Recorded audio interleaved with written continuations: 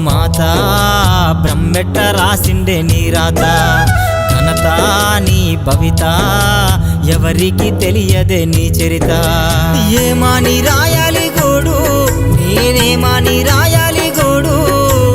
ఏమాని పాడాలి ఈనాడు మాతా గో మాతా బ్రహ్మెట్ల రాసిండే నీ రాత ఘనత నీ భవిత ఎవరికి తెలియదే నీ చరిత